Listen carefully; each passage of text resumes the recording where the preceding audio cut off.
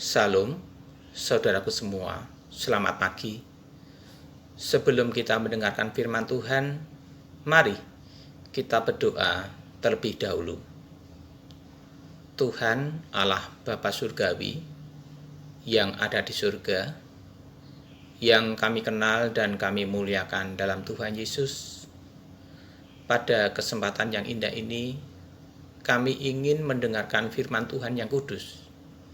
Kiranya Tuhan berkenan berfirman, kami siap untuk mendengarkan. Ampun ya Tuhan Allah, segala dosa dan kesalahan kami, basuhlah dengan darah Kristus yang kudus. Dalam nama Tuhan Yesus, kami berdoa. Amin. Saudaraku, firman Tuhan hari ini terambil dari Injil Matius 3, ayat 13-17, yang demikian firman Tuhan. Maka datanglah Yesus dari Galilea ke Yordan kepada Yohanes untuk dibaptis olehnya. Tetapi Yohanes mencegah dia, katanya, "Akulah yang perlu dibaptis olehmu, dan engkau yang datang kepadaku." Lalu Yesus menjawab, katanya kepadanya, "Biarlah hal itu terjadi, karena demikianlah sepatutnya kita menggenapkan seluruh kehendak Allah." Dan Yohanes pun menurutinya. Sesudah dibaptis, Yesus segera keluar dari air, dan pada waktu itu juga langit terbuka, dan ia melihat Roh Allah seperti burung merpati turun ke atasnya. Lalu terdengarlah suara dari surga yang mengatakan, "Inilah anakku yang kukasihi, kepadanya lah aku berkenan." Saudaraku, renungan pada saat ini dengan judul Yesus Kristus dibaptis oleh Yohanes. Yohanes Pembaptis adalah anak seorang imam yang bernama Zakaria. Istrinya bernama Elisabet. Keduanya berasal dari keturunan Harun. Ketika Yohanes lahir, kedua orang tuanya sudah lanjut umur, bahkan Elisabet sudah dianggap sebagai wanita yang mandul. Pada saat Pontius Pilatus menjadi wali negeri Yudea, tampillah Yohanes ke seluruh daerah Yordan dan berseru, "Bertobatlah dan berilah dirimu dibaptis, dan Allah akan mengampuni dosamu." Kedatangan Yohanes ini sudah dinubuatkan oleh Nabi Yesaya, yaitu tertulis dalam Yesaya 40 ayat 3-5 yang demikian. "Ada suara yang berseru-seru di padang gurun, persiapkanlah jalan untuk Tuhan, luruskanlah jalan baginya.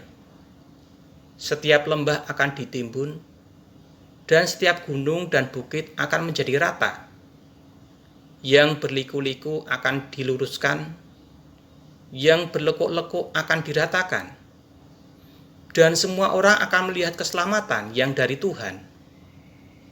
Pada waktu itu, Yohanes mendapat tugas untuk berjalan mendahului Tuhan dalam roh dan kuasa Elia, untuk membuat hati bapa-bapa berbalik kepada anak-anaknya, dan hati orang-orang durhaka kepada pikiran orang-orang benar, sehingga menyiapkan bagi Tuhan suatu umat yang layak baginya. Saudaraku, ketika Yohanes melakukan pelayanan pembaptisan di Sungai Yordan, Yesus datang juga dan minta kepada Yohanes supaya dirinya juga dibaptis. Awalnya Yohanes menolak karena merasa tidak layak melakukannya. Namun karena Yesus tetap memintanya untuk memenuhi seluruh kehendak Allah, akhirnya Yohanes bersedia dan membaptis Yesus. Kehendak Allah yang mana yang dimaksud Tuhan Yesus? Dalam Imamat 8 ayat 14 tertulis demikian. "Disuruhnyalah membawa lembu jantan, korban penghapus dosa. Lalu Harun dan anak-anaknya meletakkan tangannya ke atas kepala lembu jantan korban penghapus dosa itu. Dalam konteks ini, binatang korban penghapus dosa yang berupa lembu atau domba jantan pada zaman Iman Harun kemudian diteruskan sampai Tuhan Yesus dinaikkan di Bukit Golgota merupakan tipologi dari korban yang sejati, yaitu Tuhan Yesus sendiri yang bertindak sebagai korban penghapus dosa. Atau Yohanes menyebutnya sebagai anak domba Allah yang menghapus dosa dunia. Tertulis dalam Yohanes 1 ayat 29. Sedangkan Yohanes sendiri bertindak sebagai imam yang meletakkan tangannya pada Yesus. Saudaraku, sesudah Yesus dibaptis, langit terbuka, dan Yesus melihat Roh Allah seperti burung merpati turun ke atasnya. Dan terdengar suara dari surga yang demikian, "Inilah anakku yang kukasihi, kepadanya lah aku berkenan."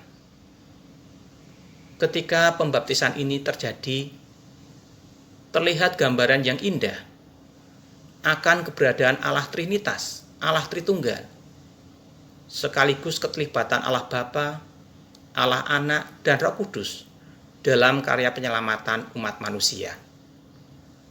Di sini Allah Bapa mengasihi orang-orang yang terpilih, kemudian mengutus Sang Putra untuk mencari dan menyelamatkan yang tersesat. Dan Roh Kudus menginsapkan akan dosa dan menarik orang percaya kepada Allah Bapa melalui Sang Putra. Saudaraku, peristiwa pembaptisan Yesus oleh Yohanes juga sebagai tanda dimulainya karya penyelamatan yang dilakukan oleh Tuhan Yesus, di mana dalam karyanya Tuhan Yesus sepenuhnya diurapi dan dipimpin oleh Roh Allah. Sungguh ajaib, karya penyelamatan Allah tidak terduga dan tidak terselami oleh pikiran manusia. Oleh karena itu, mari kita mendengarkan dan percaya akan karya yang telah dilakukan Tuhan Yesus. Karena memang itu kehendak Allah Bapa, agar manusia mendapatkan kehidupan.